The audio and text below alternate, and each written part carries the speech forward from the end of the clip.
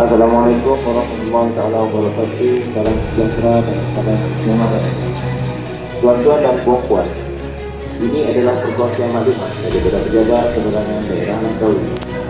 Jabatan Perangkaan Malaysia untuk melaksanakan Pasti Ekonomi 2026 bertemakan Kata Ngadi Ekonomi Rakyat di seluruh negara bermula 5 Januari hingga 31 Oktober 2026.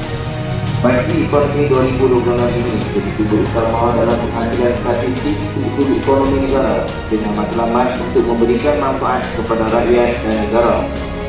Kerjasama semua pihak terlibat amanah diharapkan pada tempoh Pasti memastikan keberhasilan statistik yang tepat dan berkualiti bagi kemajuan ekonomi negara.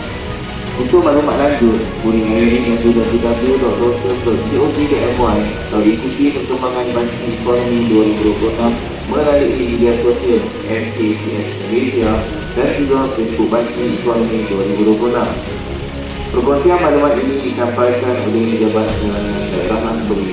Sekian, terima kasih.